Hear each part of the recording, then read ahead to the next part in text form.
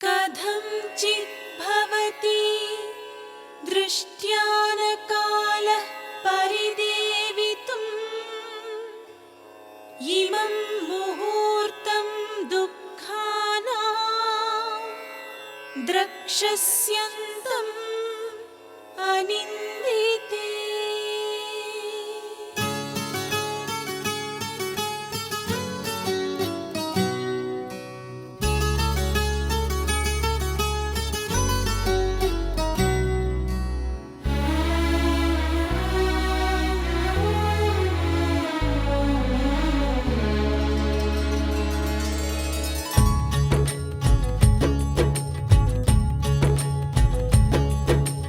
మనసున్న కోర్కెలు ఎల్లలు దాటితే సుందర కాండలే, మమతల మాటున వంచన చేరితే సుందర కాండలే.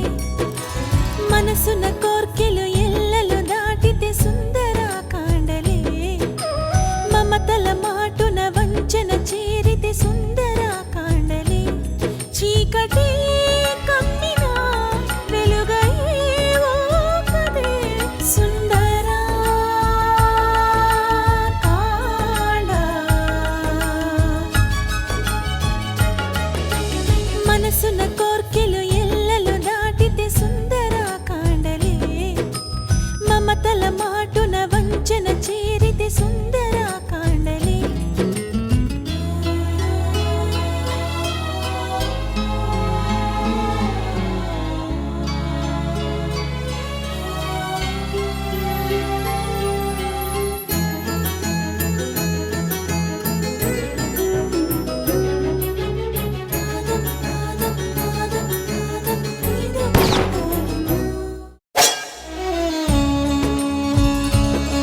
అలలయే మనసుకు ఆశలే ఓవల, ఆసుడే లాగితే చేర్చునా ఆవల. అలలయే మనసుకు ఆశలే ఓవల, ఆసుడే లాగితే చేర్చునా ఆవల. కంటినే తడిపితే చూపదే ఈ కళ, గుండెలో ముళ్ళని మార్చు పూదోటలా. మనసున్న కోర్కెలు ఎల్లలు దాటితే సుందర కాండలే, మమతల మాటున వంచన చేరితే సుందర కాండలే. చీకటే కమ్మినా వెలుగయ్యేవో కదే సుందర కాండ.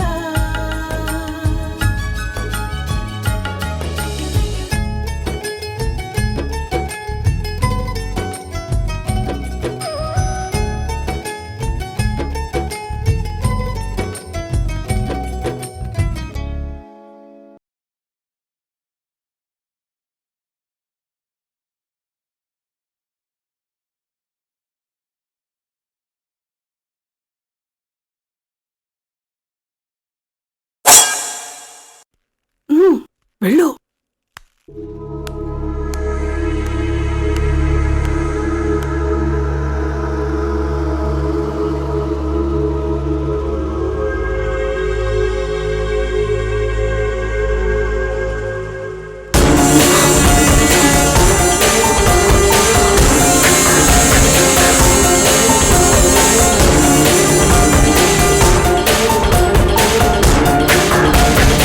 పాపం జ్వరంలోంచి లేచొచ్చిందిగా, చెయ్యి వణుకుతున్నట్టుగా ఉంది. జాగ్రత్తగా స్పెల్లింగ్ మిస్టేక్స్ లేకుండా పెట్టమ్మా.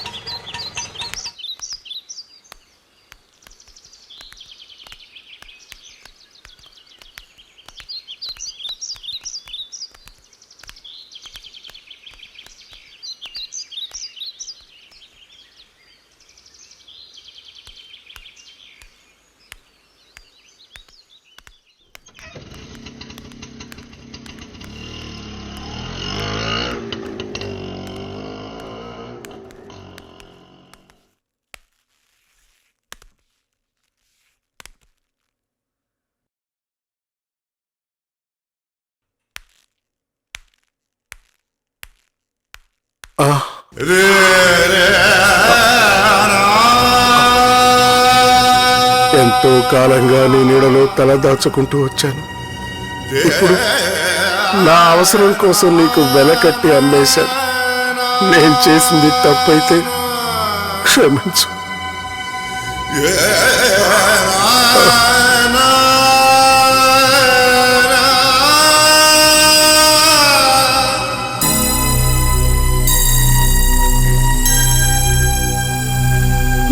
నాన్న, జరిగింది తలుచుకుంటూ బాధపడుతూ కూర్చుంటే ఎలా?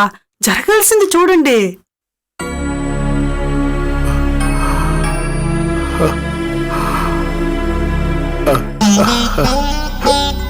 ఏంటి నాన్న అలా చూస్తున్నారు? అవునమ్మా, ఇంకేముందమ్మా చూడటానికి? ఇదిగో ఇదిగో డబ్బు చేతికొచ్చేసిందిగా. ఇంకా డాక్టర్ గారితో మాట్లాడి మీ అమ్మ ఆపరేషన్ డేట్ ఖరారు చేయించేసి ఆ తర్వాత ఎలాగో చేస్తారు నాన్న, కానీ దానికంటే ముందు మీరు చేయాల్సిన పనులు కొన్ని ఉన్నాయిగా. ఏమిటమ్మా అవి? అదే నాన్న, నీకెలా చెప్పాలో నాకు అర్థం కావడం లేదు, కానీ స్నేహ పెళ్లికి ఇంటి మీద తీసుకున్న అప్పు అలాగే ఉంది, అదొకటి తీర్చాలి. దాంతో పాటుగా మరి వాటిలో ఎవరెవరికి ఎంతెంత వాటా రావాలో లెక్క పెట్టి ఇవ్వాలి. ఇప్పుడు అవన్నీ అవసరమా?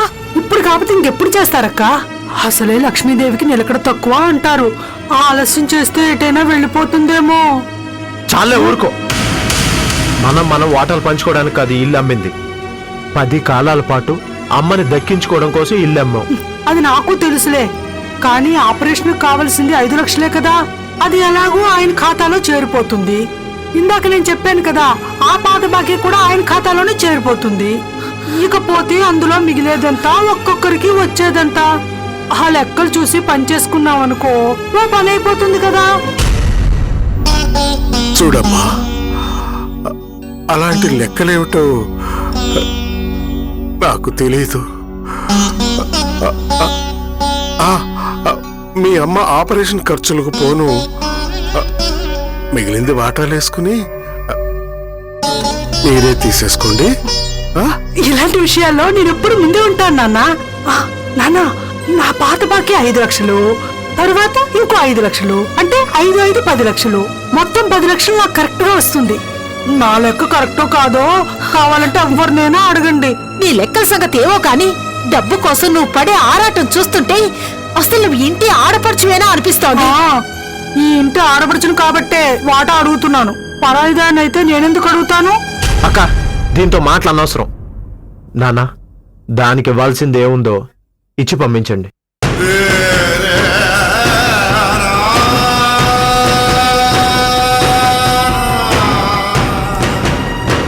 పట్టుకో.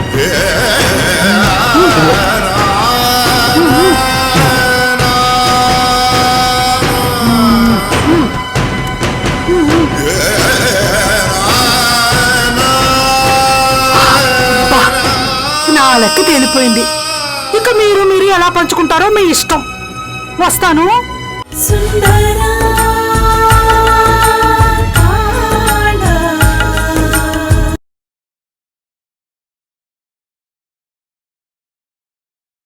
సుందరా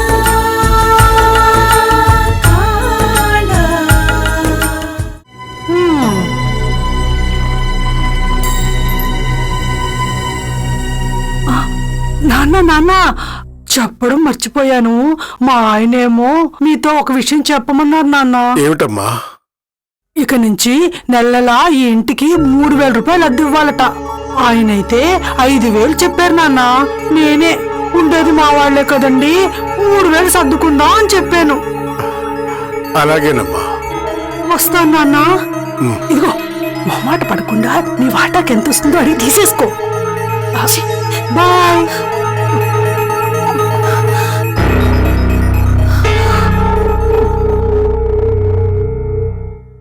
అమ్మా వాణి, ఏంటన్నా? అల్లుడు గారు, మీరు కూడా మీ వాటాలు లెక్కేసి డబ్బులు తీసుకోండి. ఏమిటన్నా మీరు చెప్పేది? అవును మావయ్య గారు, ఈ డబ్బు మాకు అవసరం లేదు. ఆపరేషన్కి పోగా మిగిలిన డబ్బంతా మీరే ఉంచుకోండి. ముందు ముందు మీ అవసరాలకు ఉపయోగపడుతుంది.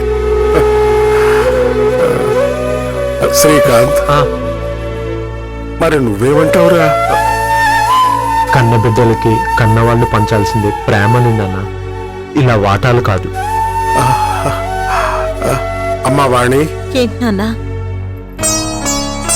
ఈ డబ్బులు తీసుకెళ్లి లోపల జాగ్రత్తగా పెట్టమ్మా. అలాగే నాన్న. శ్రీకాంత్, ఆ, మనం వెళ్ళి డాక్టర్ గారితో మాట్లాడి ఆ. ఆపరేషన్ ఏర్పాట్లు చూద్దాం పదా. పదండి నాన్న, వెళ్దాం.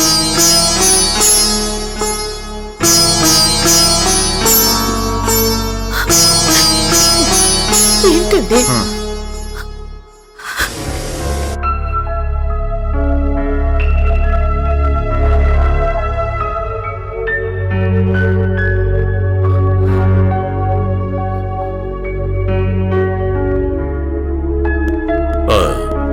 డాక్టర్, సార్, పేషెంట్ కి అనస్థేషియా ఇచ్చారా?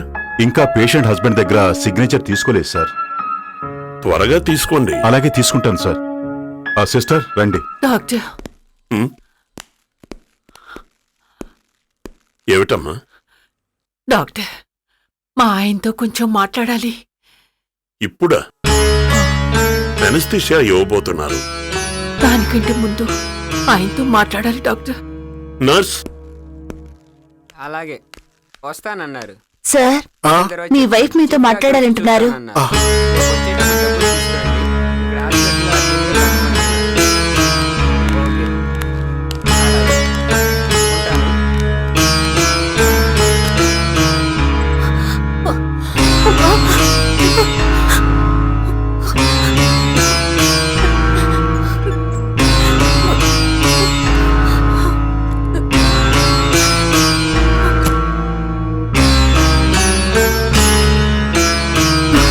రాజ్యం, ఏంటి రాజ్యం? నాకేమైనా అయితే నా పిల్లల్ని రాజ్యం, లేదు రాజ్యం, నీకేమీ కాదు. అది కాదండి, నాకేమైనా అయితే చెప్తున్నానుగా, నిన్ను నా నుంచి ఆ భగవంతుడు కూడా దూరం చేయలేదు. నా మాట నమ్ము. ఏమండి, ఈ ఆపరేషన్ గురించి స్నేహంతో ఏం చెప్పకండి, తను బాధపడుతుంది. చెప్పను రాజ్యం, చెప్పను. నువ్వు భయపడకుండా ఉండు రాజ్యం. నువ్వు ధైర్యంగా ఉండాలి. అమ్మా, నువ్వు ధైర్యంగా ఉండాలి. ఏడవకూడదు, వద్దు, ఏడవకూడదు. ధైర్యంగా ఉండు, ధైర్యంగా ఉండు.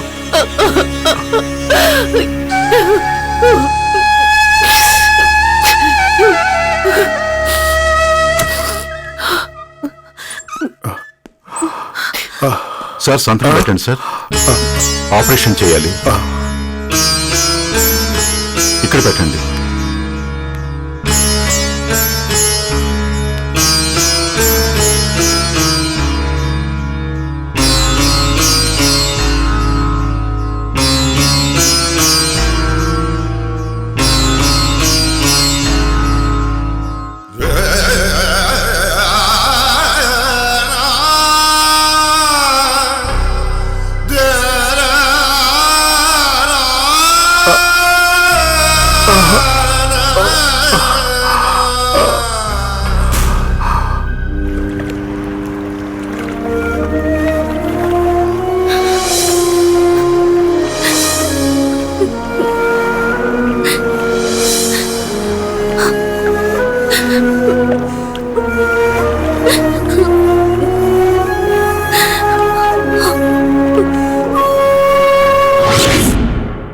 తను ఎలా ఉందో ఏమిటో నాకేమీ తెలియట్లేదమ్మా.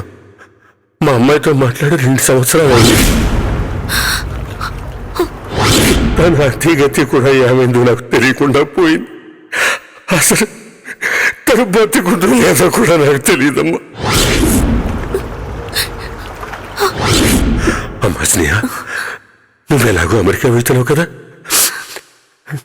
నా కూతురు ఎక్కడుందో ఎంక్వైరీ చేసి వీలైతే తన్ని కలిసి దాని యోగక్షేమాలు నాకు తెలియచేస్తావమ్మా.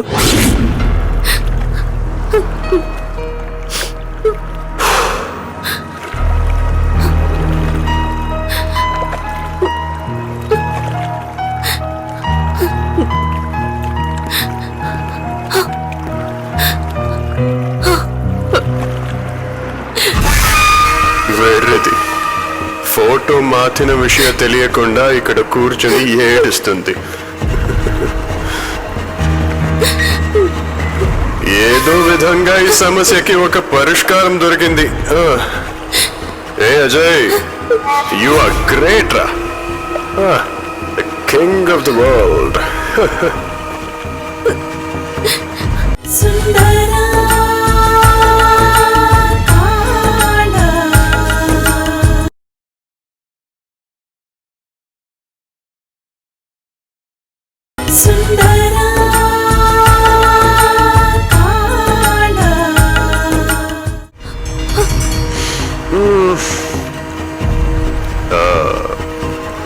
స్నేహ,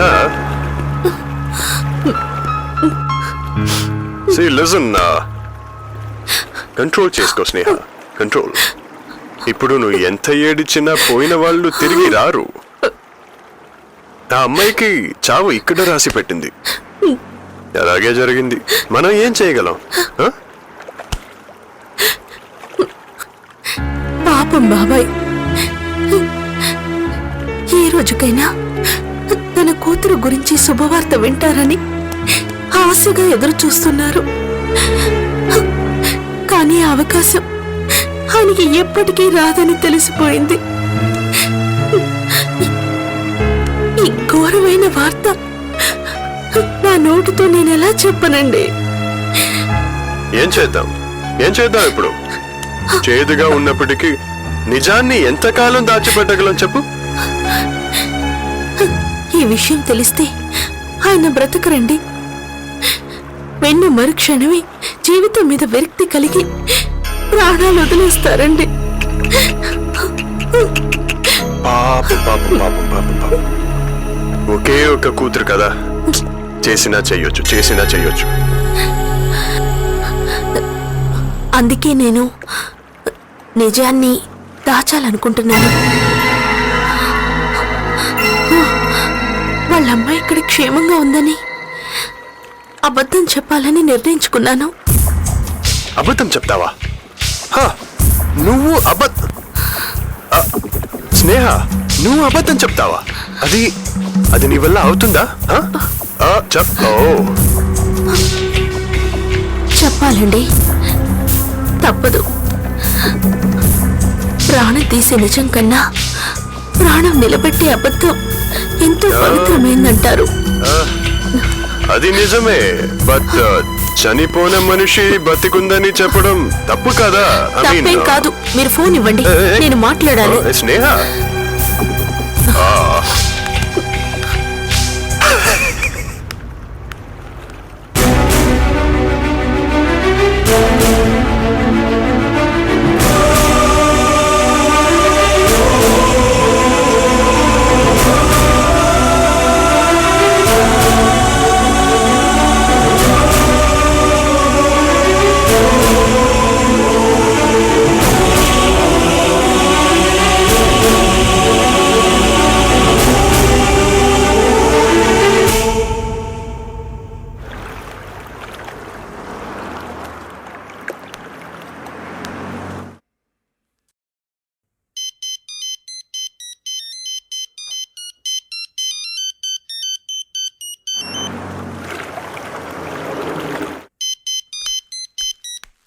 హలో,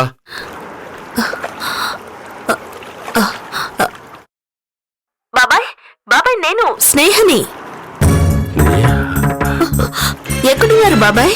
ఫ్రీగానే ఉన్నారా?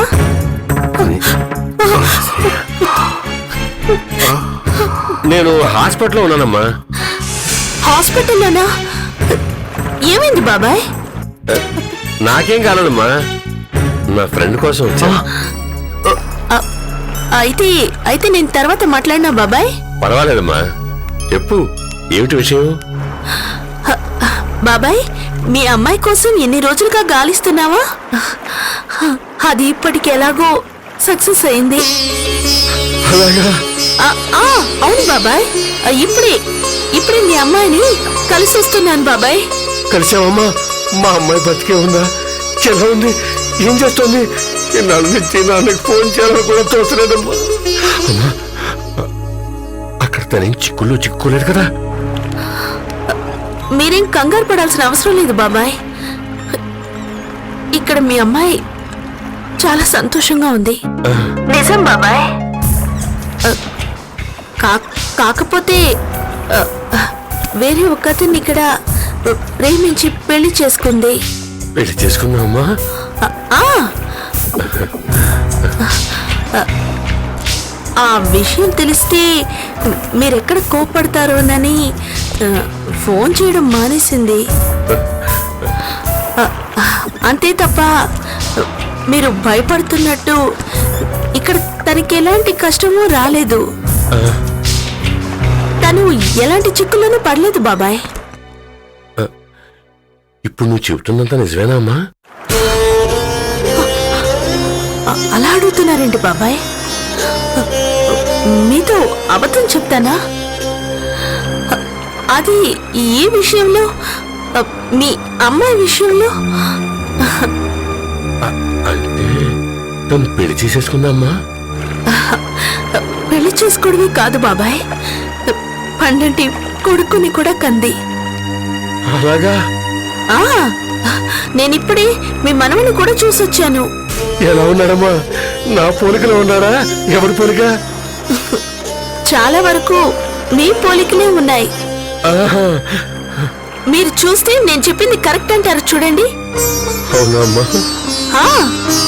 మొత్తానికి 4 మంచి మాటలు చెప్పి నా మనసు నిండిపోయేలా చేసావు.